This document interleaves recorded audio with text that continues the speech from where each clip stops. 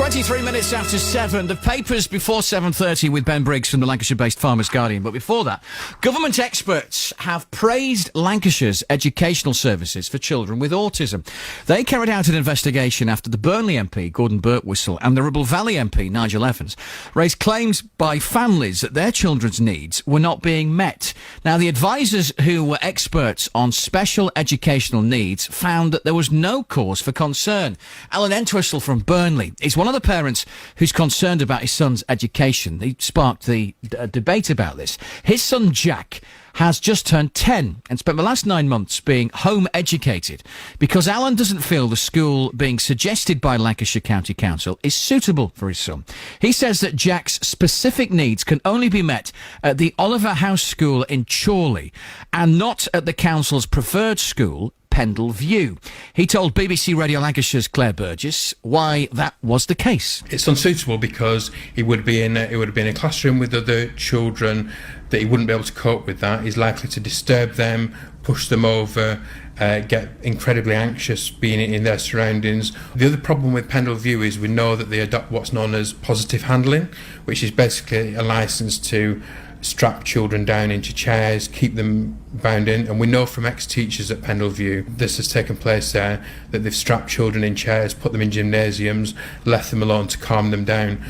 We never have any meltdowns with Jack at home because we know exactly how to handle him. If he's in an environment like that where they're using those techniques, that suggests to me that they don't know how to cope with autistic children. So within this report, advisors found that there was no evidence of bad practice and there hadn't been a high number of complaints for schools like Pendle View. I think one of the things that we've discovered is parents and ex-teachers are frightened to death of Lancashire County Council. They're frightened of standing up, they're frightened of being named, they're frightened of going above the parapet. There's no real clear, open whistleblowing policy that's available, and I think this report is just a whitewash because there are bad practices. What's happening to Jack? How are you managing his education?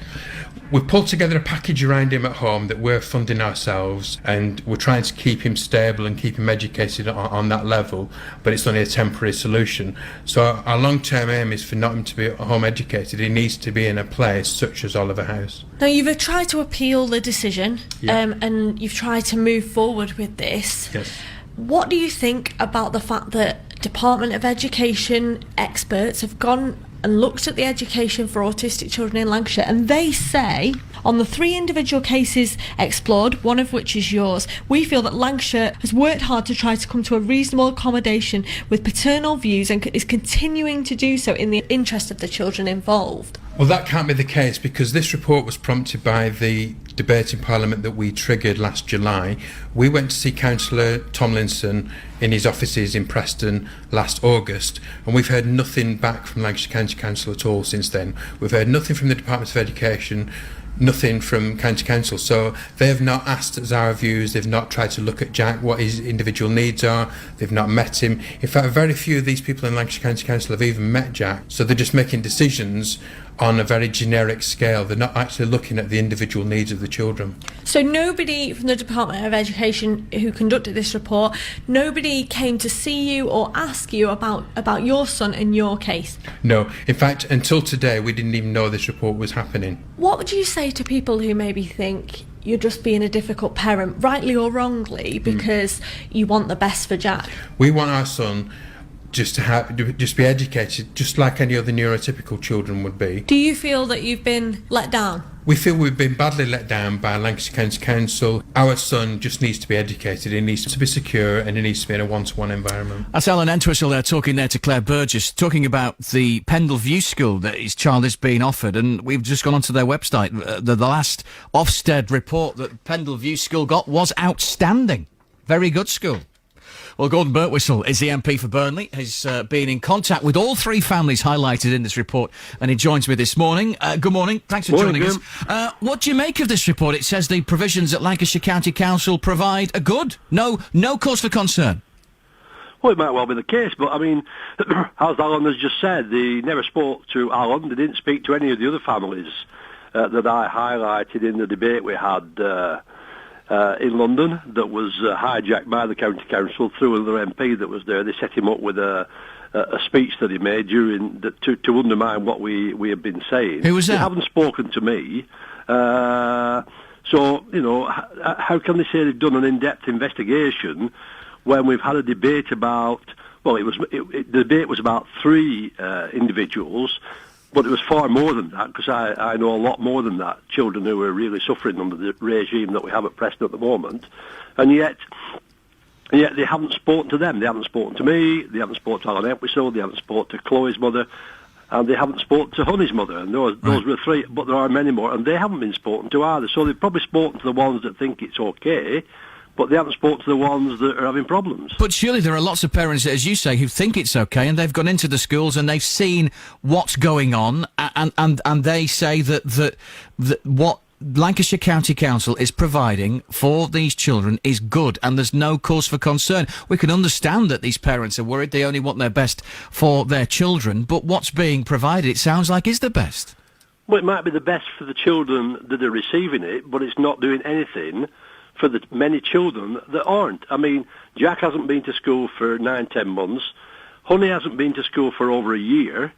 And Chloe hasn't been to school for years, and she's presently in hospital. Well, that's not down to Lancashire County Council, is it, though? That's... Yes, it is, because... Well, no, it's not. That's down to the parents. No, it's not. It's up to the County Council to provide the education, the educational needs for the children. And the council is, according to these experts, Gordon. But how do the experts know when they haven't spoken to the experts. families or the children?